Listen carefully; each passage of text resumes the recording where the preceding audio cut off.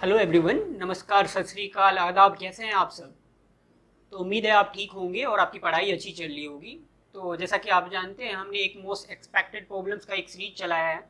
तो उसी सीरीज के एक लेक्चर्स तो हमने कर लिया, दूसरी लेक्चर्स में हम ये कवर करने वाले हैं। आज फिर कुछ क्वेश्चन के साथ आए। जैसे कि पहली लेक्चर्स हमने लिया था, उसमें जो हमारा टारगेट था वो हमने अचीव नहीं कर पाया था। तो उस लेक्चर्स 1 के जो बचे हुए क्वेश्चन थे उनको आज हम डिस्कस करने वाले हैं। ठीक है, तो देखिए क्वेश्चन नंबर 7 और 8 जो है ये पैराग्राफ बेस्ड क्वेश्चन है, जो कि आईआईटी का बहुत फेवरेट पोर्शंस है। तो आईआईटी में जो पैराग्राफ बेस्ड क्वेश्चंस आते हैं वो तो होता ही है। तो आईआईटी का बहुत ही फेवरेट टॉपिक है ये पैराग्राफ टाइप बेस्ड क्वेश्चन, है ना। तो इसमें क्वेश्चन नंबर 7 और क्वेश्चन नंबर 8 देखिए। क्वेश्चन नंबर 7 और क्वेश्चन नंबर 8 जो है पैराग्राफ बेस्ड क्वेश्चन है। क्वेश्चन क्या है देखिए, let f be a polynomial of degree at most 3 such that f of x plus 1 is divisible by x minus 1 का whole square and f of x minus 1 is divisible by x plus 1 का whole square. Then question ये है, 7th question ये है, definite integrations या एक integral आपको दिया है 0 to 2 pi f of sin theta d theta is equal to, और ये सारे ऑप्शंस हैं। तो देखिए कहीं ना कहीं आपको ये फंक्शन निकालना पड़ेगा। यहाँ पे दो इंफॉर्मेशन आपके पास कि sir f of x plus 1 जो है वो डिविजिबल है किसे, x minus 1 के होल स्क्वायर से, और f of x minus 1 जो डिविजिबल है वो x plus 1 के होल स्क्वायर से डिविजिबल। एक और इंफॉर्मेशन है, ध्यान दीजिए। देखिए यहाँ पे क्या लिखा है, fx be a polynomial of degree at most 3। तो जो fx एक पोलिनोमियल हमारा वो मैक्सिमम क्यूब हो सकता है, क्यूबिक पोलिनोमियल हो सकता है, उससे ज्यादा उसकी डिग्री नहीं हो सकती। मतलब उनकी डिग्री 3, मतलब मैक्सिमम क्यूबिक पोलिनोमियल हो सकता है।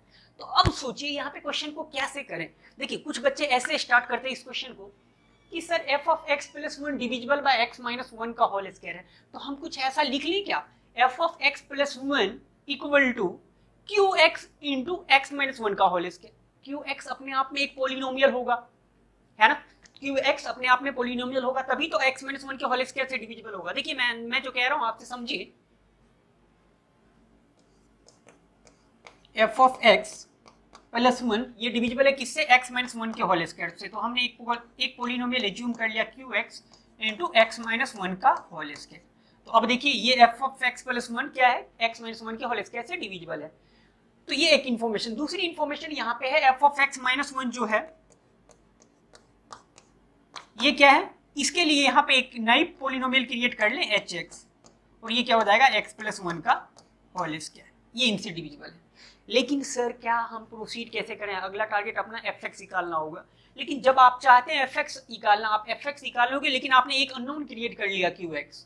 सिर्फ इन्फॉर्मेशन की बात नहीं है यहाँ पे कि सर हमें इन्फॉर्मेशन निकालना, सर x की वैल्यू 1 पुट करेंगे तो f of x की वैल्यू -1 आ जाएगी, f of 1 की वैल्यू -1 आ जाए। सिर्फ हमें इन्फॉर्मेशन नहीं निकालना है, कहीं ना क्वेश्चन को सॉल्व करने के लिए फंक्शंस का निकालना बहुत जरूरी है, फंक्शन फाइंड आउट करना बहुत जरूरी है। क्योंकि देखिए कहीं ना कहीं question f of sin theta लिखा है, तो जो फंक्शन x का होगा वहां x की जगह आप sin थीटा पुट करेंगे और फिर फर्दर सॉल्व करेंगे।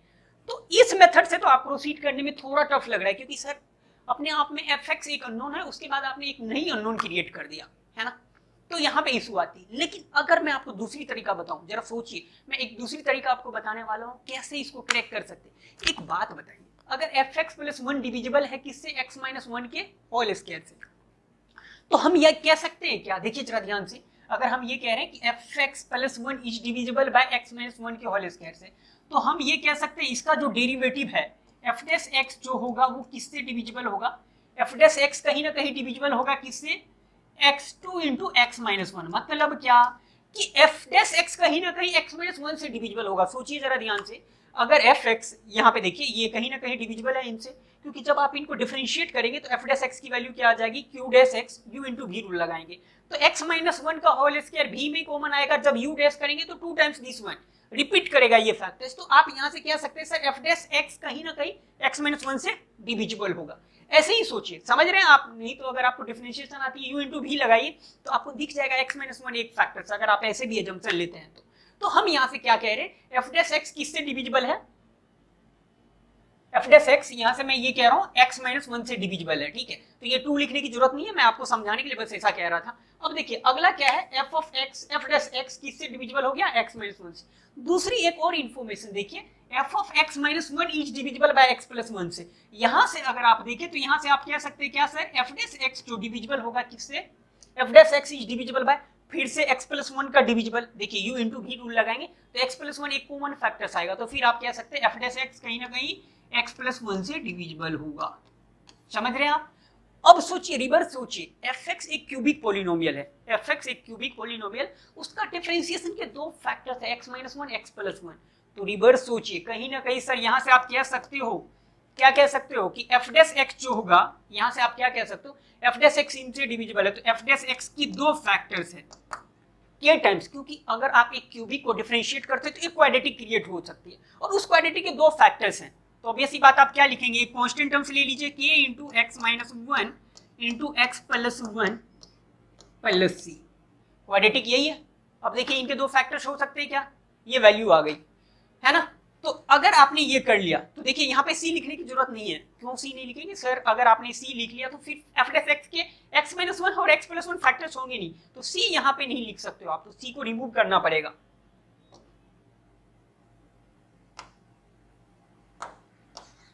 हाँ, तो ये f डैश x को हमने ये लिख लिया क्योंकि हम जानते हैं f डैश x के दो factors x minus one x plus one. तो एक आप जब फैक्टर्स जानते हैं तो कहीं ना कहीं आपको एक लीडिंग कोएफिशिएंट को बैलेंस करने के लिए कांस्टेंट टर्म्स k का यूज करना पड़ता है। ये आप जानते होंगे कि आपको पता है ना, ax square plus bx plus c equal to 0 के दो फैक्टर्स अल्फा और बीटा, तो आप उनके फैक्टर्स को कैसे लिखते हैं, a times x minus alpha into x minus beta, तो उसी कॉन्सेप्ट से। अब इनके रिवर्स सोचिए, अब इस क्वेश्चन को यहाँ से रिवर्स सोचिए, f डैश x ये मालूम है तो इसको इंटीग्रेट करके आप कहाँ तक पहुँच सकते हैं, fx तक पहुँच सकते हैं। जैसे ही आप इनको इंटीग्रेट करेंगे विद रिस्पेक्ट टू x, तो ये क्या हो जाएगा, fx with respect to x, तो ये क्या हो जाएगा, तो यहां से क्या हो जाएगा बताइए, f of x equal to, अब देखिए ये क्या हो जाएगा, k x minus one x plus one, तो ये क्या लिखा है k x square minus one, तो जब आप इनको इंटीग्रेट करेंगे तो क्या आ जाएगा, k x square minus one, तो एक्स स्क्वायर का integration x cube by three minus x, ठीक है, ये आ गया। इसके साथ सम इंटीग्रेशन कांस्टेंट c भी तो क्रिएट होगा, तो ये उनका इंटीग्रेशन हो गया। तो मतलब कहीं ना कहीं सर आप अब आपको fx मालूम हो गया, क्या सर fx कुछ ऐसा होगा k times x cube by three minus x plus c. अब दो अननोन आ गए, फिर से दो अननोन क्रिएट हुई, कौन कौन सी, k और c। k और c को कैसे फाइंड आउट करोगे सर, k और c को फाइंड आउट करने के लिए बेसिक तरीका देखिए ध्यान से, अगर कुछ जब हम इस एक्स्ट्रा ऑर्डिनरी वाले मेथड को ध्यान में न रखें तो बेसिक मेथड ये कहता है, बेसिक मेथड ऐसे हम प्रोसीड करते हैं। अब देखिए इसमें अगर आपने x की वैल्यू 1 पुट कर दिया तो ये 0 हो जाएगा, क्योंकि x की वैल्यू 1 इनको 0 बना देगा। तो यहाँ से क्या हो जाएगा, f ऑफ 1 की वैल्यू -1, तो ये क्या हो जाएगा यहाँ से f ऑफ 1 की वैल्यू -1, और यहाँ पे देखिए x की वैल्यू अगर आपने -1 पुट कर दिया तो यहाँ से क्या आ जाएगा, f of minus equal to -1 equal to 1। तो दो इन्फॉर्मेशन है और दो अननोन है, समझ रहे हैं क्या आप, f ऑफ x की वैल्यू -1 है, f ऑफ -1 की वैल्यू f ऑफ 1 की वैल्यू -1 है और f ऑफ -1 की वैल्यू 1 है। आप यहाँ पे पुट करेंगे और आप k और c फाइंड आउट कर पाएंगे। तो आइए नेक्स्ट पेज में करते हैं अपन, नेक्स्ट स्लाइड में इनको देख लेते हैं। तो अपने पास जो था fx क्या था, k into x cube by three minus x और प्लस c। अब देखिए आपके पास एक इन्फॉर्मेशन था सर f ऑफ 1 की जो वैल्यू है वो -1 है, तो यहाँ पे पुट करेंगे तो f ऑफ -1 इक्वल टू, तो देखिए ये किसके बराबर हो जाएगी, k टाइम्स -1 का क्यू, तो -1 by three plus 1 plus c, ये आ गई। तो ये इक्वेशन 1 हो गया। दूसरा क्या आपके पास एक और इन्फॉर्मेशन था सर, f ऑफ -1 की जो वैल्यू है वो किसके बराबर है, देखिए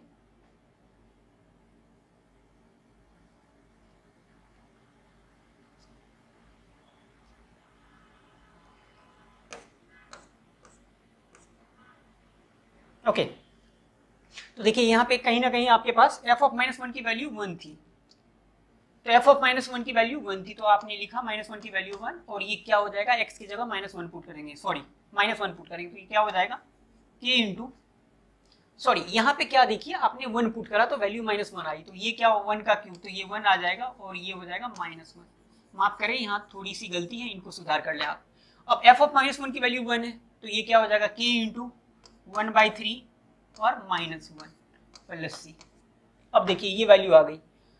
अब अगर आप देखें तो यहाँ से आप वैल्यू को फाइंड आउट कर सकते हैं। इस इक्वेशन को सिंप्लीफिकेशन करने का क्या वे हो सकता है, देखिए 1/3 -1/3, तो ये -2/3, और यहाँ पे देखिए ये क्या आ रहा है 1/3 -1, तो -2/3 क्या आ रहा है, -2/3। तो जब आप दोनों को सब्ट्रैक्ट करेंगे तो वैल्यू क्या आ रही है 1/3 -1, तो अगर हम देखें तो ये वैल्यू क्या आ रही है -1 इक्वल टू 1/3 -1। तो अगर हम इसकी वैल्यू को चेक करें तो -1 यहाँ पे -1 का क्यूब, तो ये -1/3 हो जाएगा और माइनस +1 हो जाएगा। ओके, तो अब देख लीजिए ये वैल्यू को मैं रिमूव कर रहा हूँ। रिमूव करने से पहले देखिए अब यहाँ पे क्या आ गया, मैं इरेज कर रहा हूँ कुछ चीज़ों को, थोड़ा कैलकुलेशंस का ध्यान रखें आप।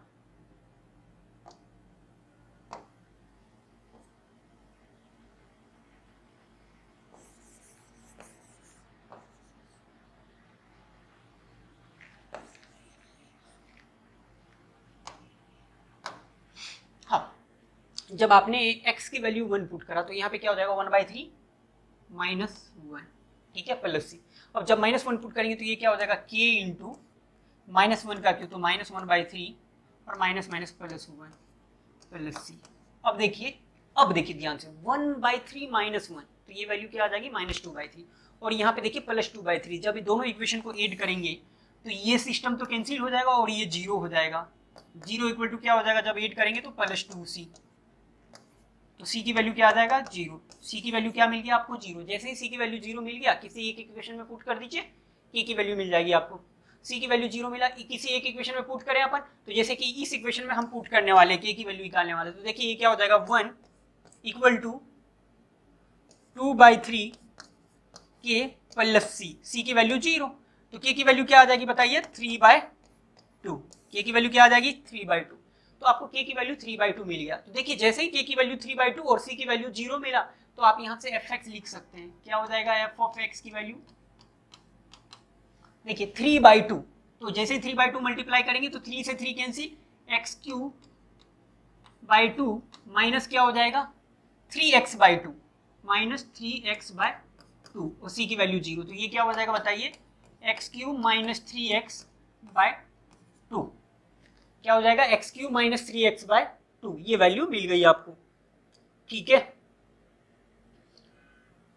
हाँ, तो ये fx की वैल्यू आ गई। तो मतलब fx जो फंक्शन है वो क्या है, एक क्यूबिक फंक्शन है, और जो दिख रहा है आपको f of x equal to x³ minus 3x। अब बात आती आपको निकालना क्या था, देखिए जरा ध्यान से, आपको निकालना था क्या, f of sine theta 0 to 2π f of sine theta. तो अगर हमें 0 to 2π f of sine theta निकालना है d थीटा, तो आप क्या करेंगे, देखिए साइन थीटा आपको डालना है।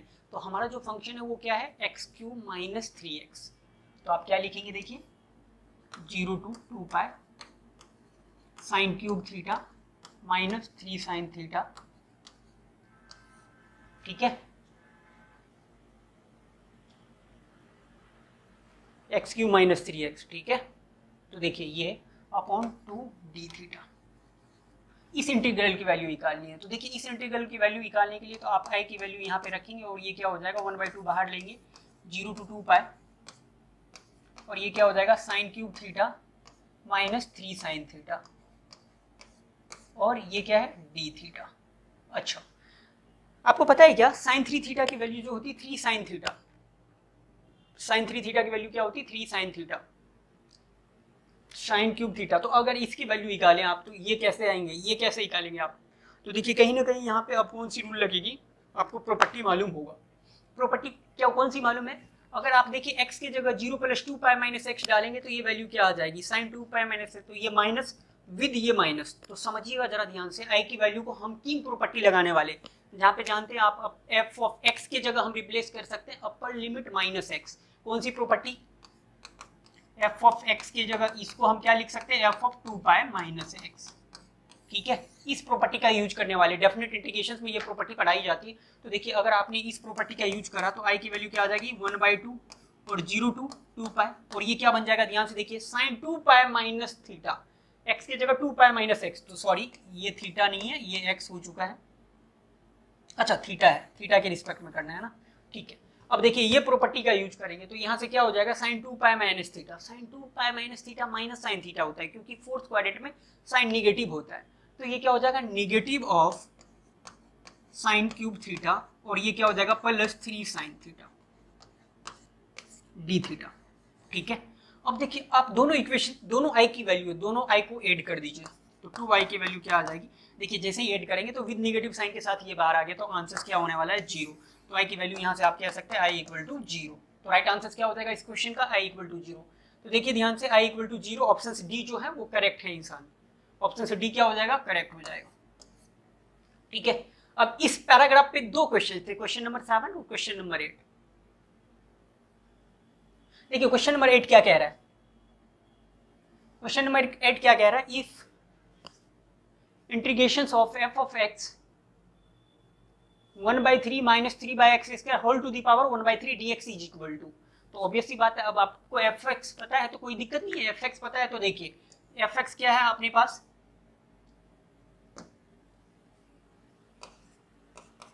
fx क्या निकाला था हमने, x³ माइनस 3x/2, ये fx निकाला था। अब देखिए आपके पास ये इंटीग्रेशन है, इंटीग्रेशन क्या है, i इक्वल टू, मैं i एज्यूम कर रहा हूं fx, तो इंटीग्रेशन ऑफ fx का मतलब क्या है, x³ माइनस 3x/2। अब समझिएगा इसके बाद क्या है 1/3, तो देखिए इसको आप ऐसा लिख सकते हैं क्या, 1/3 minus 3/x² whole to the power 1/3। अब देखिए इसको इंटीग्रेट करना है, सोचिए कैसे करेंगे इंटीग्रेट। तो जब भी इस टाइप के क्वेश्चंस हो तो अलर्ट रहिएगा, आईआईटी इस टाइप के क्वेश्चंस को बनाया पहले भी, आप देखेंगे आईआईटी में क्वेश्चंस आया हुआ है इस टाइप का। देखिए कैसे करेंगे इसको, यहां से 1/2 को बाहर रखिए आप, इस एक x को अंदर भेजेंगे 1/3 में, ये पावर 1/3। तो देखिए i को आप ऐसा लिख सकते हैं क्या 1/2, और इस x को एक अंदर भेजेंगे x² minus x minus 3x। ठीक है, अब देखिए एक x को अंदर भेजेंगे तो x³ बन के 1/3 के अंदर जाएगा, पावर 1/3 है तो x³ बन, एक x को अगर आप इंसर्ट भेजते हैं 1/3 के अंदर रूट में तो x³ बन के जाएगा। तो जैसे ही x³ बन के जाएगा तो ये क्या हो जाएगा, x³/3 minus 3x, x³/3 minus 3x। ठीक है, तो आपने ये भेज दिया उनको, तो जैसे ही आपने एक x निकाला था, यहाँ से देखिए एक x हमने कॉमन लिया था, तो x³ माइनस 3x, तो 3x क्या सर, आपने एक x कॉमन लिया तो यहाँ पे x² माइनस 3 होना चाहिए ना, तो यहाँ पे थोड़ी मिस्टेक हुई फिर से, तो आप लिख लेंगे x² माइनस 3। कैलकुलेशंस का ध्यान रखेंगे आप, x² माइनस 3। अब देखिए पावर 1/3 dx।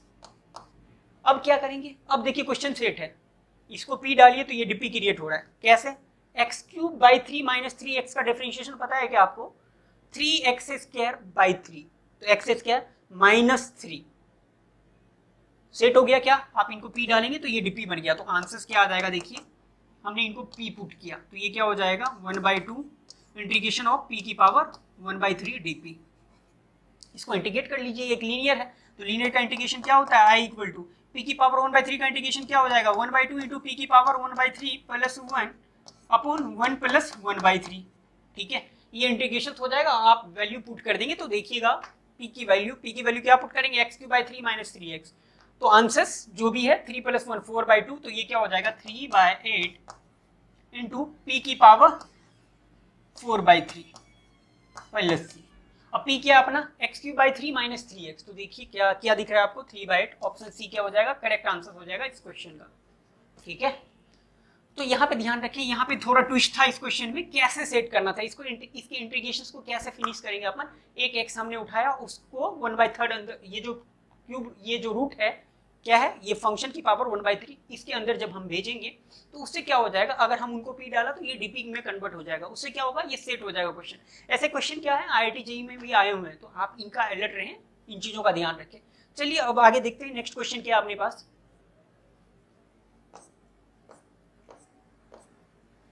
नेक्स्ट क्वेश्चन क्या है, न्यूमेरिकल ग्रिड टाइप। देखिए इंटीजर टाइप जिसको बोलते हैं आप, इंटीजर टाइप क्वेश्चन है ये। क्या है, late f and g be two real value differentiable function on R if f dash x equal to gx and g dash x equal to fx for all x belongs to R and f of 3 equal to 5 f dash 3 equal to 4 and आपको जो find out करना value वो है √100 definite integration from 0 to 4 f² x minus g² x dx is equal to, ये value find out करना है आपको। तो देखिए कैसे करेंगे इस क्वेश्चन को, देखिए जब भी इस टाइप के क्वेश्चन आए, यहाँ पे f² x minus g² x, आपके पास जो इंफॉर्मेशन है और आपको ये निकालना है, तो कहीं ना कहीं इस इंफॉर्मेशन का आप हेल्प लीजिए इस इक्वेशन को फाइंड आउट करने में, क्रिएट कीजिए ऐसा फंक्शन क्रिएट कीजिए और इसकी हेल्प लीजिए इसमें, तभी आप इस क्वेश्चन को फर्दर प्रोसीड कर सकते हैं। तो थोड़ा देखिए मैं क्या कह रहा हूं आपसे, समझिएगा। हम यहाँ पे क्या करते हैं, ये जो फंक्शन है ना, इस फंक्शन को एक अननोन फंक्शन एज्यूम कर लेते हैं। लाइक एक फंक्शन हमने मान लिया, सोचिए hx, hx की वैल्यू हमने एज्यूम कर लिया क्या, f स्क्वायर x माइनस जी स्क्वायर x। ये fx को हमने एज्यूम कर लिया, सॉरी hx को हमने एज्यूम कर लिया क्या, f स्क्वायर x माइनस जी स्क्वायर x।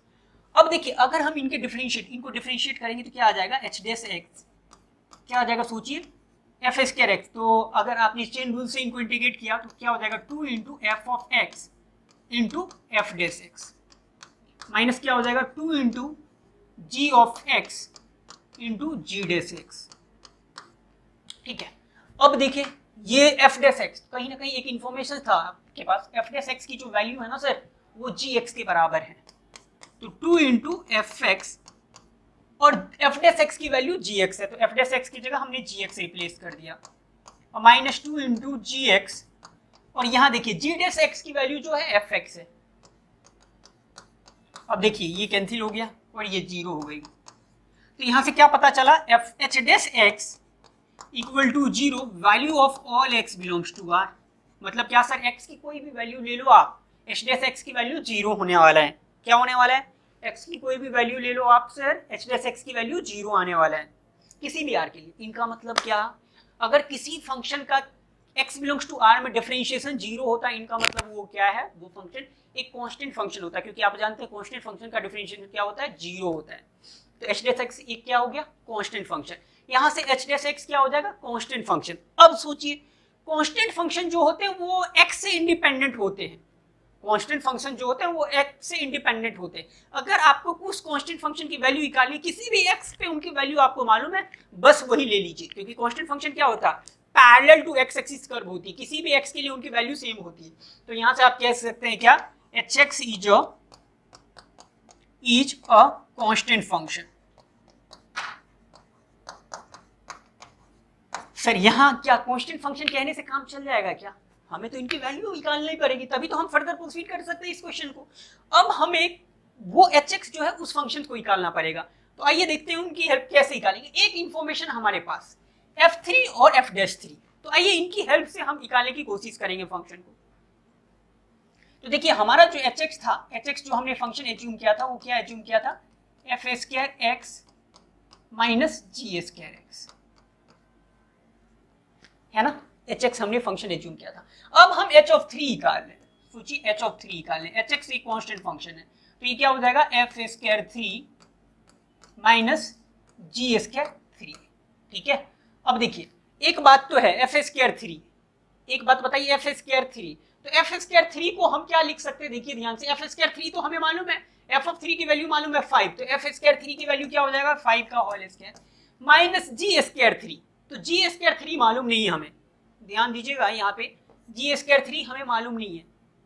लेकिन एक बात बताइए, जी स्क्वायर 3 की वैल्यू, जी एक्स की वैल्यू एफ डैश एक्स के बराबर है, तो जी स्क्वायर 3 की वैल्यू एफ डैश 3 का होल स्क्वायर के बराबर होगा, तो कहीं ना कहीं ये वैल्यू एफ डैश 3 का होल स्क्वायर है, तो 4 का होल स्क्वायर क्या हो जाएगा, 4 का होल स्क्वायर शुड बी 16, तो ये क्या हो जाएगा 9। देखिए क्या हुआ, h ऑफ x की जो वैल्यू है, सॉरी यहाँ पे ये 3 है, हमने क्या निकाला, h ऑफ 3 निकाला, तो h ऑफ 3 की वैल्यू हमें पता चल गया कितनी है, 9 है। आप जानते हैं hx एक कांस्टेंट फंक्शन, किसी भी x पे जो वैल्यू आई आप उसको एज्यूम कर लीजिए, क्योंकि वो वैल्यू, वो फंक्शन एक कांस्टेंट फंक्शन होता है, जो h ऑफ 3 की वैल्यू आएगी वही h ऑफ 5 आएगी, वही h ऑफ किसी x के लिए आएगी, हाँ या ना। तो यहां से आप क्या कह सकते हैं, h ऑफ 3 की जो वैल्यू है h ऑफ x के बराबर होगी, क्या है, h ऑफ 3 की जो वैल्यू है वो क्या हो, किसके बराबर होगी, h ऑफ x के बराबर value of all x belongs to r, क्योंकि सर कहीं ना कहीं hx कांस्टेंट फंक्शन है। तो अब आपको वैल्यू मिल गई। अब देखिए यहाँ पे हमें क्या निकालना था, ये इंफॉर्मेशन निकालना था, तो देखिए रूट अंडर इंटीग्रेशन 0 to 4, अब क्या आ गया, इस वैल्यू, इस फंक्शन की वैल्यू हमें मालूम हो गई, एफ स्क्वायर एक्स माइनस जी स्क्वायर एक्स डी एक्स, इसकी वैल्यू अभी हमने निकाला 9, तो ये क्या हो जाएगा 9 dx। इंटीग्रेट करने आ रहा है क्या आपको, जब आप इनको इंटीग्रेट करेंगे तो 9 तो बाहर आएगा, 1 का इंटीग्रेशन से x, तो 4 और 0 लिमिट डालेंगे तो ये क्या हो जाएगा रूट 136, आंसर क्या हो जाएगा 6, तो राइट आंसर क्या हो जाएगा इस क्वेश्चन का 6। समझ रहे हैं आप क्या, तो देखिए बस यहाँ पे ट्विस्ट क्या था, बस ये फंक्शन आपको एज्यूम करना था और इसमें इनकी इन्वॉल्वमेंट करनी थी। एफ डैश एक्स, जी डैश एक्स, ये जो था उनका यूज करना था और हमने उनका यूटिलाइज किया और क्वेश्चन सॉल्व हो गए।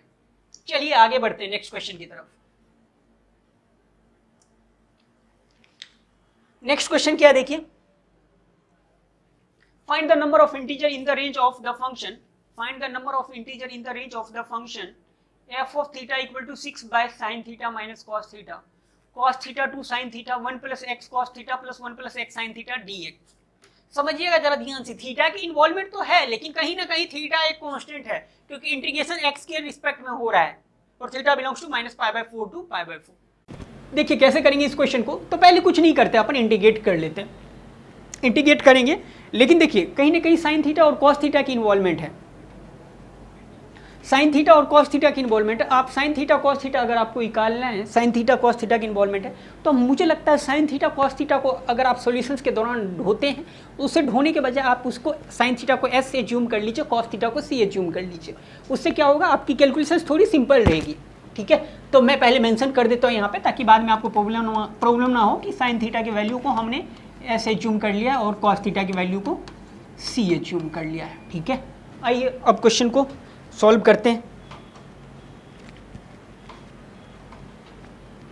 ठीक है, तो देखिए ये क्या होगा, एफ ऑफ थीटा जो है वो क्या है 6 by sine theta minus cos theta, तो एस माइनस सी, और ये वैल्यू क्या है integration of c to s, और ये क्या लिखा है देखिए 1 plus x into c into 1 plus x into s और डी एक्स। ठीक है, तो x के रिस्पेक्ट में ये इंटीग्रेट हो रहा है, तो पहले इस फंक्शन को देखिए, x के रिस्पेक्ट में इंटीग्रेट हो रहा है, तो पहले x वाले फंक्शन को x के टर्म्स में इनको सेपरेट कर लीजिए, है ना। तो ये क्या हो जाएगा 6 अपॉन एस माइनस सी और ये इंटीग्रेशन सी टू एस। अब देखिए जब आप इनको कांस्टेंट टर्म्स क्या होगा 1 और फिर क्या हो जाएगा x का कोफिशिएंट क्या हो जाएगा 1 plus x into s plus c, फिर क्या होगा नेक्स्ट एक्स स्क्वायर का कोफिशिएंट क्या होगा जब ये इनसे मल्टीप्लाई होगा तो एक्स स्क्वायर एस सी, तो क्या लिखेंगे आप x square s c d x. ठीक है, अब देखिए ये फंक्शन x के रिस्पेक्ट में इंटीग्रेट हो रहा है, तो x के रिस्पेक्ट में आप इंटीग्रेट करें इनको, तो यहाँ से क्या हो जाएगा f of theta equal to 6 upon s minus c. जब x के रिस्पेक्ट में इंटीग्रेट करेंगे तो क्या हो जाएगा, ये हो जाएगा x 1 का इंटीग्रेशन x और फिर s प्लस सी और x का इंटीग्रेशन एक्स स्क्वायर बाई 2 और यहाँ पे क्या हो जाएगा प्लस एक्स क्यूब का इंटीग्रेशन, एक्स स्क्वायर का इंटीग्रेशन क्या हो जाएगा x cube by 3 into s c. ठीक है, ये इंटीग्रेशन हो गया और इसमें लिमिट क्या डालना है एस टू सी, क्या डालना है लिमिट सी टू एस। ठीक है, ये लिमिट डालना है। तो देखिए यहाँ पे कुछ नहीं करा, हमें बस ये पता था कि x के रिस्पेक्ट में इंटीग्रेट होना है और बाकी जो यहाँ पे थीटा है साइन थीटा कॉस थीटा वो सारे वेरिएबल्स हैं, तो हमने क्या करा x के टर्म्स में सेपरेट करा और फिर उनको इंटीग्रेट कर लिया। ठीक है, तो ये वैल्यू आई। अब देखिए आगे कैसे फर्दर प्रोसीड करें, कैसे करें सर, लिमिट लगाना, पहले लिमिट तो डालो और फिर देखते हैं क्या बनता है क्या नहीं फंक्शन। तो आइए नेक्स्ट स्लाइड में इनको देखते हैं। तो एफ ऑफ थीटा यहाँ से क्या आने वाला है बताइए, एफ ऑफ थीटा की जो वैल्यू आई वो 6 अपॉन एस माइनस सी, ब्रैकेट में क्या आएगा देखिए एक्स में क्या डालेंगे लिमिट एस माइनस सी, तो ये एक्स की जगह क्या लिख दीजिए डायरेक्ट एस माइनस सी। ठीक है, प्लस अब क्या हो जाएगा एस प्लस सी और ये क्या हो जाएगा एक्स की जगह लिमिट डालेंगे फिर से, तो क्या आ जाएगा s square minus c square, तो क्या हो जाएगा बताइए s plus c by 2 into s square minus c square. ठीक है, ये आ गई। नेक्स्ट क्या था x cube by 3 s c, तो ये क्या हो जाएगा s c by 3 into s cube minus c cube, ये वैल्यू आ गई। अब देखिए कहीं ना कहीं एक एस माइनस सी हर जगह फैक्टर्स, आपको पता है a square minus b square का एक फैक्टर्स होता है a minus b a plus b, और a cube minus b cube का भी एक फैक्टर्स होता है a minus b into a square plus a b plus b square. तो कहीं ना कहीं एस माइनस सी एक फैक्टर्स कॉमन आ रहा है, तो उनको हम ये डिनोमिनेटर्स के एस माइनस सी से कैंसिल कर देंगे, तो ये क्या हो जाएगा 6 टाइम्स 1 और यहाँ पे क्या हो जाएगा एस प्लस सी का होल स्क्वायर बाय 2 और यहाँ पे क्या हो जाएगा देखिए एस सी बाई 3 और यहाँ से जो फैक्टर्स आएगा वो क्या आ जाएगा s square plus c square plus s c, क्योंकि आप जानते हैं ना a cube minus b cube के जो फैक्टर्स होता है वो होता है a minus b into a square plus b square plus a b, तो ए माइनस बी तो कैंसिल हो गया। अब देखिए इसको सिंप्लीफिकेशन की बारी है, तो कहीं ना कहीं ये वैल्यू देखिए ये 1 है, sine square theta plus cos square theta की वैल्यू क्या होती है 1 होती है। तो अगर आप देखें तो ये वैल्यू क्या आ रही है 6 टाइम्स 6 को 1 से मल्टीप्लाई करेंगे तो ये क्या हो जाएगा 6 इंटू, और ये जब 6 को इनसे मल्टीप्लाई करेंगे तो क्या हो जाएगा 3 इंटू, इसको खोलेंगे आप तो S square plus c square plus 2SC, ठीक है। अब जब आप इनको खोलेंगे तो ये क्या हो जाएगा देखिए ध्यान से, ये तो 1 हो जाएगा तो ये क्या हो जाएगा SC/3, और जब इस SC को अंदर ले जाएंगे तो क्या हो जाएगा सोचिए जरा ध्यान से, S स्क्वायर C स्क्वायर 3, क्या हो जाएगा S स्क्वायर C स्क्वायर 3, ठीक है। प्रॉब्लम ये थी सर आपने ये जो 6 का मल्टीप्लाई करा यहाँ तक तो 3 करा, लेकिन 6 का मल्टीप्लाई इधर भी तो बनती है, तो ये क्या हो जाएगा सॉरी ये माफ करें यहाँ पे ये 2 नहीं होगा 2SC ऊपर जाएगा, और ये 3 भी नहीं होगा क्योंकि जब ये इनसे मल्टीप्लाई होगा तो 2 हो जाएगा, ठीक है। तो ये वैल्यू को हटा दें आप, तो मैं इनको रिमूव कर रहा हूँ।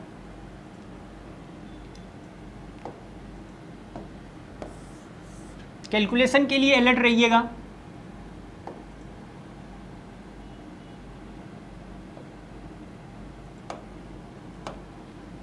तो ये आ गई। अब देखिए फिर से ये वैल्यू 1, तो यहाँ से क्या होगा 6 + 3, और ये जब इनसे मल्टीप्लाई होगा तो 6SC, और जब ये 2SC, और ये क्या हो जाएगा देखिए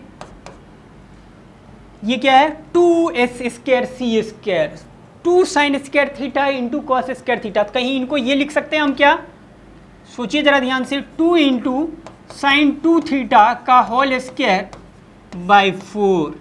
ऐसा क्यों, क्योंकि सर ये लिखा है 2 sine square theta into cos square theta. आप जानते हैं साइन 2 थीटा की वैल्यू क्या होती है 2 sine theta into cos theta का होल स्क्वायर, तभी तो साइन 2 थीटा का होल स्क्वायर बनेगा। तो हमारे पास 4 नहीं था तो 4 का डिवाइड दे दिया और यूज करके हमने साइन 2 थीटा का होल स्क्वायर बना दिया। अब देखिए ये क्या हो जाएगा 9, और ये क्या हो जाएगा 8SC। 8SC को क्या लिखेंगे 4 इंटू 2SC, और 2SC को फिर से साइन 2 थीटा, ठीक है। और ये क्या हो जाएगा देखिए ध्यान से, ये क्या हो जाएगा साइन 2 थीटा का होल स्क्वायर बाई 2, ठीक है। ये वैल्यू आ गई। तो एफ ऑफ थीटा कहीं ना कहीं अब हमारा लगभग ऑलमोस्ट सॉल्व होते हुए दिख रहा है हमें, ठीक है। तो आइए देखते हैं एफ ऑफ थीटा की वैल्यू। एफ ऑफ थीटा अगर आप निकालें तो एफ ऑफ थीटा की वैल्यू क्या आ जाएगी 9 2 जा 18 प्लस, देखिए और ये 2 से मल्टीप्लाई करेंगे तो ये क्या हो जाएगा 4 2 जा 8 साइन 2 थीटा, और यहाँ पे क्या होने वाला है साइन 2 थीटा का होल स्क्वायर बाय 2। अब देखिए इस वैल्यू को अगर सिंप्लीफाई करना है तो हम इनको परफेक्ट स्क्वायर बना लेते हैं। कैसे परफेक्ट स्क्वायर बनाया जाए सर, तो ये क्या हो जाएगा अगर हम देखें तो ये 2 हो जाएगा, और इसको अगर हम देखें ये 2, और ये वैल्यू को अगर हम देखें देखिए 2 और ये 16, और अब देखिए इस 8 साइन 2 थीटा को हम क्या लिख सकते हैं, देखिए जरा ध्यान से 2 इंटू 4 इंटू साइन 2 थीटा, और ये क्या हो जाएगा साइन 2 थीटा का होल स्क्वायर, ठीक है बाय 2। अब देखिए अगर आप इन टर्म्स को क्लब करें तो ये कहीं ना कहीं दिख रहा है क्या आपको 4 का होल स्क्वायर 16 और ये साइन 2 थीटा का होल स्क्वायर, तो इसको आप लिख सकते हैं क्या 2 से डिवाइड लगा दीजिए तो 1 प्लस इस वैल्यू को हम क्या लिख सकते हैं 4 प्लस साइन 2 थीटा का होल स्क्वायर बाय 2। कैलकुलेशंस को ध्यान रखेंगे आप, 4 प्लस साइन 2 थीटा 4 का होल स्क्वायर 16, 2 से डिवाइड लगा दिया तो ये 1 बन गया, और ये क्या हो जाएगा 2 इंटू AB, ठीक है, और ये हो गया। अब बताइए अब इसकी वैल्यू को हमें चेक करना है, तो इसकी वैल्यू देखिए साइन 2 थीटा की वैल्यू -1 से 1 हो सकती है, तो ये वैल्यू कहाँ से कहाँ तक जाएगा, देखिए इस वैल्यू को अगर हम देखें तो साइन 2 थीटा की वैल्यू -1 से 1 होगा, तो ये वैल्यू क्या हो जाएगा देखिए साइन 2 थीटा की वैल्यू -1 से लेके 1 तक। अब इसमें +4 कर देंगे तो +4 करेंगे तो ये क्या हो जाएगा 3 से लेके 4 प्लस साइन 2 थीटा 5 तक, ठीक है 4 ऐड किया। अब इसकी होल स्क्वायर, तो इसकी होल स्क्वायर को आप करेंगे तो ये क्या हो जाएगा 16 से लेस देन इक्वल टू 25, इसमें 2 करेंगे तो ये वैल्यू क्या आ जाएगी डिवाइड बाय 2 भी तो करना है, तो ये क्या हो जाएगी 8 से लेके कहाँ तक ये वैल्यू 8 से लेके 25/2, तो लगभग 12.5, 8 से लेके 25/2 तक। बताइए कोई दिक्कत, सॉरी ये 3 का होल स्क्वायर ये 9 होगा ना, माफ करें यहाँ पे 9/2। अब कहीं ना कहीं इसका हमें 2 करना है तो बाई 2, तो 9/2 की वैल्यू कितनी हो जाएगी, स्क्वायर आपने कर दिया ठीक है। अब हमें इसकी वैल्यू, तो ये वैल्यू हम इनको ऐसा रहने देते हैं। देखिए 9 से लेके 25 तक ये स्क्वायर की वैल्यू, तो ये क्या हो जाएगा आंसर, हमारा जो वैल्यू हो जाएगा 1 + 9/2 से लेके वैल्यू क्या आ जाएगा 1 + 25/2 तक। 1 + 9/2 से लेके 1 + 25/2 तक ये वैल्यू हमारा आ रहा है। अब देखिए इस वैल्यू को कहीं ना कहीं आपको स्टडी करना पड़ेगा, तो इस वैल्यू को देखेंगे तो आप क्या आ जाएगी, ये 11/2 से लेके ये वैल्यू कितनी है 2, तो ये 27/2 तक, 27/2 तक। अब 11/2 का जो मतलब होता है अपन को जो चाहिए, 11/2 का मतलब होता है क्या, देखिए 5.5, और ये 27/2 का क्या मतलब होता है 13.5। क्वेश्चन में आपसे क्या पूछा था, देखिए क्वेश्चन में पूछा क्या था, find the integers in the range of the function. Integers आपको पता है ना रेंज ऑफ द फंक्शन में, तो इसके बीच में कितने इंटीजर्स है, तो इंटीजर जो होंगे 6, 7, 8, 9, 10, 11, 12, 13 और क्या 30, तो ये 4 to 6 to 8 कितने इंटीजर्स होंगे इनके रेंज के बीच में, 8 इंटीजर होंगे। कितने होंगे 8 इंटीजर।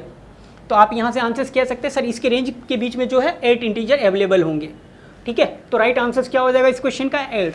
बाकी फिर भी आप कैलकुलेशंस के लिए अलर्ट रहें, कोई भी कैलकुलेशंस एरर होती तो आप उनको देख लें, लेकिन मुझे लगता है कि ये सही ही होगा कैलकुलेशन, फिर भी आप ध्यान रखेंगे, है ना। कैलकुलेशन में नहीं, हमारा काम है कॉन्सेप्ट हम डिलीवर करें, कैलकुलेशंस की पार्ट आप देख लें, ठीक है। चलिए नेक्स्ट क्वेश्चन है, देखिए क्वेश्चन नंबर 11। क्वेश्चन नंबर 11 क्या कह रहा है, देखिए if I1 = 0 to pi x sin x e to the power cos 4x dx and I2 = 0 to pi/2 cos x e to the power 4x dx, then the value of I1/I2 का greatest integer, ठीक है। समझिए ध्यान से, e to the power cos 4x यहाँ भी common है, यहाँ भी कॉमन है, यहाँ पे cos x, यहाँ पे x sin x। तो इस टाइप के क्वेश्चन में देखिए आप डायरेक्ट रेशियो मत लिया कीजिए, आप रेशियो लेके क्वेश्चन सॉल्व नहीं कर सकते। कुछ ऐसा कीजिए, किंग क्वीन प्रॉपर्टी का यूज कीजिए, जो प्रॉपर्टी 4 एनसीईआरटी में प्रॉपर्टी 4 प्रॉपर्टी 5 पढ़ा होगा आपने, उन प्रॉपर्टी का यूज करके आप रेशियो फाइंड आउट कर सकते हैं। ऐसे क्वेश्चन में होते क्या है, जब आप एक को रिड्यूस करते हैं, एक इंटीग्रल को रिड्यूस करते हैं, तो ऑटोमेटिक उसी इंटीग्रल को सॉल्यूशंस के दौरान आपको सेकंड इंटीग्रेशंस क्रिएट हो जाती है, सेकंड इंटीग्रल क्रिएट हो जाएगी, ठीक है। अब बात आती है सर कैसे प्रोसीड करें, समझिएगा ध्यान से। यहाँ पे I1 की वैल्यू क्या है अपने पास, देखिए I1 क्या है, integration from 0 to pi x into sine x, और ये क्या है e to the power cos 4x dx। अब देखिए एक प्रॉपर्टी होती है डेफिनेट इंटीग्रेशन में, क्या होती है property, f of upper limit minus x, जिसको किंग प्रॉपर्टी भी बोलते हैं, equal to f of x। तो हम यहाँ से क्या कह सकते हैं, f of pi minus x की वैल्यू किसके बराबर होनी चाहिए, f ऑफ x के बराबर होगा। ये डेफिनेट इंटीग्रेशन की प्रॉपर्टी, तो वही प्रॉपर्टी हम यहाँ पे लगाने वाले हैं। तो देखिए I1 को हम स्टिल लिख सकते हैं क्या, 0 to pi, x की जगह क्या पाई माइनस एक्स। मतलब ये देखिए यहाँ पे मैंने कुछ गलत लिखा है, आप इनको समझे। x की जगह हम रिप्लेस कर सकते हैं, क्या कर सकते हैं, इरेज कर दीजिए इनको। x की जगह हम क्या कर सकते हैं, रिप्लेस कर सकते हैं। क्या रिप्लेस कर सकते हैं x को, पाई माइनस एक्स से, तो i की वैल्यू सेम ही रहने वाला है। तो देखिए अगर आपने x को पाई माइनस एक्स से रिप्लेस कर दिया, और साइन पाई माइनस एक्स की जो वैल्यू होती है क्या होती है, sine pi minus theta. Second quadrant में साइन पॉजिटिव होता है, तो sine pi minus theta sine theta ही होने वाला है। क्या होता है, साइन थीटा, मतलब साइन एक्स। अब देखिए इसको एक फंक्शन 1 मान लेते, इसको इक्वेशन 1 मान लेते। अब देखिए e to the power cos 4 pi minus x, तो अगर आप डालेंगे ये वैल्यू तो cos 4 पाई माइनस एक्स, तो ये क्या हो जाएगा, x की जगह पाई माइनस एक्स डालेंगे तो 4 इंटू पाई माइनस 4x, तो cos 4 पाई माइनस 4x, तो फोर्थ क्वाड्रेंट में cos पॉजिटिव ही होता है, तो ये e to the power cos 4x ही बनने वाला है। क्या बनने वाला है, e to the power cos 4x dx। ये इक्वेशन 2। अब इन दोनों इक्वेशन को ऐड कर लीजिए आप। जब आप दोनों इक्वेशन को ऐड करेंगे तो देखिए दिख रहा है कि आपको ये पाई माइनस एक्स वाला सिस्टम इससे कैंसिल हो जाएगा इक्वेशन 1 से, तो आपके पास जो आएगा वो 2i1, क्या आ जाएगा 2i1। और जैसे ही आप ऐड करेंगे तो ये वैल्यू सब्ट्रैक्ट हो जाएगा, और सॉरी ऐड होके ये बैलेंस बन जाएगा आपके पास 0 to pi into sine x into e to the power cos 4x dx। देखिए अब दो इशू है सर, ये पाई तो कांस्टेंट है, पाई कांस्टेंट, तो यहाँ से आप देखिए दो इशू है सर, ये cos x sin x में कन्वर्ट हुआ, अब यहाँ तक ले जाने के लिए cos x को sin में कन्वर्ट करना पड़ेगा, और यहाँ पे 0 to पाई बाई 2 हो है, लेकिन यहाँ पे 0 to पाई है, यहाँ पे क्या है 0 to पाई है, ठीक है। तो आइए नेक्स्ट स्लाइड में देख लेते हैं इनको। तो यहाँ से अपने पास जो आया था 2i1 की वैल्यू जो आया है वो 0 to पाई, और ये पाई को हमने बाहर रख लिया sin x into e to the power cos 4x dx, ये आया। अब देखिए, अब यहाँ पे अगर हम देखें तो एक डेफिनेट इंटीग्रेशन में प्रॉपर्टी होती है क्या, अपर लिमिट माइनस एक्स की वैल्यू अगर बराबर हो एफ एक्स के बराबर, f of pi minus x, f of upper limit minus f x equal to f of x हो, तो जो लिमिट होती है उनको हम हाफ कर देते हैं, ठीक है। कब? जब एफ ऑफ एक्स की value f of upper limit minus x के बराबर हो, जब एफ ऑफ एक्स की value f of upper limit minus x के बराबर हो। तो देखिए एक्स के जगह upper limit minus pi minus x, sine pi minus x sine x, e to the power cos 4 pi minus x, तो basically वो फिर से e to the power cos 4x बन जाएगा। तो प्रॉब्लम क्या है यहाँ पे? कुछ भी नहीं है sir, F of pi minus x की वैल्यू एफ ऑफ एक्स के बराबर है, तो हम क्या करेंगे, इसके लिमिट को रिड्यूस कर देंगे। तो जैसे कि 2i1 की वैल्यू को क्या करेंगे आप, 2 times pi 0 to pi by 2, और ये क्या हो जाएगा sine x into e to the power cos 4x dx। ये कब होता है सर? जब f of pi minus x की वैल्यू एफ ऑफ एक्स के बराबर हो। देखिए ये पाई, यहाँ पे पाई अभी अपर लिमिट है, इन बातों को समझिए, जरूरी नहीं ऑलवेज पाई माइनस एक्स, क्योंकि यहाँ पे अपर लिमिट पाई है तो इसलिए, वैसे वैल्यू होती है F of upper limit minus x. तो ये वैल्यू आ गई। अब क्या करें अपन? अब लेकिन सर अभी भी प्रॉब्लम है, अब तो आपने लिमिट को सेट कर लिया, लिमिट को सेट कर लिया, लेकिन अभी भी साइन एक्स है यहाँ पे, जबकि कोई जो हमें लाना है वो कॉस एक्स की वैल्यू आनी है i2 के लिए। तो अब कॉस एक्स में कैसे लाएं? तो देखिए कॉस एक्स की वैल्यू लाने के लिए यहाँ पे किंग प्रॉपर्टी का यूज कीजिए। किंग प्रॉपर्टी क्या कहता है? देखिए लोअर लिमिट प्लस अपर लिमिट माइनस एक्स, एक्स को क्या रिप्लेस कर सकते हैं आप, 0 plus pi by 2 minus x. जैसे कि यहाँ पे भी हमने किंग प्रॉपर्टी लगाया था, कैसे? ये 0 जो कि आपको दिखा नहीं है, 0 की वैल्यू 0, आप 0 प्लस पाई माइनस एक्स लिखे, ये किंग प्रॉपर्टी इसको बोलते हैं। एक्स को हम क्या रिप्लेस कर सकते हैं, 0 प्लस लोअर लिमिट प्लस अपर लिमिट माइनस एक्स। तो यहाँ पे ये वैल्यू सब्स्टिट्यूट कर सकते हैं यूजिंग किंग प्रॉपर्टी। तो यहाँ पे एक्स को आप क्या रिप्लेस कर सकते हैं, पाई बाई 2 माइनस एक्स। फिर से यहाँ पे 0 आपको दिख नहीं रहा, 0 प्लस पाई बाई 2 की वैल्यू पाई बाई 2 ही होने वाला है। तो ये क्या हो जाएगा, देखिए 2i1 और ये 2 पाई, और ये वैल्यू क्या आ जाएगी 0 to पाई बाई 2, और देखिए sine pi by 2 minus x तो कॉस एक्स, और यहाँ पे देखिए e to the power cos 4 pi by 2 minus x, 4 pi by 2, 4 into pi by 2 की वैल्यू 2 पाई माइनस 4x होगा, 2 pi minus 4x। Cos 2 pi minus theta क्या होता है, ऑलवेज कॉस थीटा होता है, तो ये बेसिकली अभी भी वही है, e to the power cos 4x, e to the power cos 4x dx। तो अब देखिए कहीं ना कहीं 2 से 2 कैंसिल हो जाएगा। अब देखिए इस सिस्टम को, यही तो है सर अपना I2, ये I2, तो आपकी जो I1 बाई I2 का रेशियो है वो क्या आ जाएगा, पाई, लेकिन आपको ग्रेटेस्ट इंटीजर निकालना है, तो पाई का वैल्यू होता है 3.14, इसका ग्रेटेस्ट इंटीजर आंसर क्या होने वाला है 3, 3.14 का ग्रेटेस्ट इंटीजर क्या होता है 3। तो राइट आंसर क्या हो जाएगा इस क्वेश्चन का, राइट आंसर क्या हो जाएगा इस क्वेश्चन का 3। तो इंटीजर्स, तो देखिए क्वेश्चन नंबर 11 भी हमने कर लिया है, तो उम्मीद है आपको समझ में आया होगा। हम क्या कर सकते हैं इसमें, देखिए इस क्वेश्चन में हमने क्या करा, बस आप समझे इन चीज़ों को, वेरिएबल एक्स का बस ट्विस्ट यहाँ पे था, उसके बाद थोड़ा फंक्शंस को सॉल्व किया हमने, और वहाँ पे पेशेंस रखेंगे आप कि फंक्शन को सॉल्व करने के दौरान आप गलती ना करें। Sine theta cos theta a q b q a square minus b square क्या है, इन चीज़ों का ख्याल रखेंगे। और भी कोई क्वेश्चन था यहाँ पे, इस क्वेश्चन में क्या ट्विस्ट था, ट्विस्ट ये था कि कहीं ना कहीं हमें ये जनरेट करना पड़ेगा with the help of this function, ठीक है, और एक इन इन्फॉर्मेशन की मदद से जो हमें रिक्वायर्ड इन्फॉर्मेशन है वो फाइंड आउट करना होगा, ठीक है।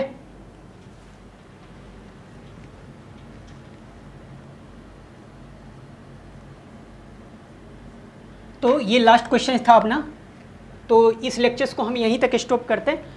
मुझे लगता है कि आपको ये चीज़ें समझ में आएगी, फिर भी अगर आपका कोई कंसर्न होता है तो आप कमेंट्स में पूछें, और जो भी चीज़ें आप इन वीडियो को देखें, और अगर आपने प्रीवियस वीडियो नहीं देखा हो तो फिर चीज़ों को देखें।